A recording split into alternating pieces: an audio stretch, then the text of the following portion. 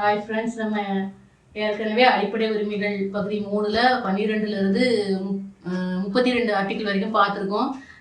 இந்த வீடியோவில் 33 to 35 article நம்ம பார்ப்போம். விதி 33 என்ன சொல்லுது அப்படின்னா, இராணுவப்படை, துணை இராணுவம், காவல்துறை, உளவு பிரிவுகள், அதாவது ஆர்பிஎஃப், சிஆர்பிஎஃப், இந்த மாதிரி இராணுவத்தில் இருக்கக்கூடிய ஒவ்வொரு டிபார்ட்மெண்ட்ல இருக்கவங்களுக்கும் அடிப்படை உரிமைகளை தடை செய்யும் அதிகாரத்தை வந்து நாடாளுமன்றத்திட்ட தான் இருக்கு அப்படின்னு சொல்லக்கூடிய பிரிவு தான் இந்த விதி 33. ஏன்னா அவங்கள்ட்ட வந்து நிறைய சீக்ரெட் தகவல்கள் வந்து இருக்கும்.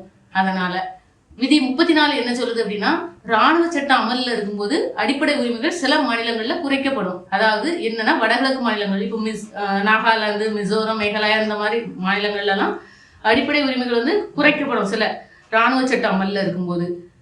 வன்முறைகளை குறைக்கிறதுக்காகவே சில டைம் இதெல்லாம் நடக்கும். 35 விதி என்ன சொல்லுது அப்படின்னா, அடிப்படை உரிமைகளை நடைமுறைப்படுத்த நாடாளுமன்றத்துக்கான அதிகாரத்தை பற்றி சொல்லுது. அடிப்படை உரிமைகள் நம்ம பார்த்துக்கிட்டு இருக்கோம்ல பகுதி 3ல், இதை வந்து நடைமுறைப்படுத்துறதுக்கு யார்கிட்ட அதிகாரம் இருக்குன்னா நாடாளுமன்றத்திட்ட தான் இருக்கு அப்படின்னு சொல்லக்கூடியது விதி 35. Thank you friends.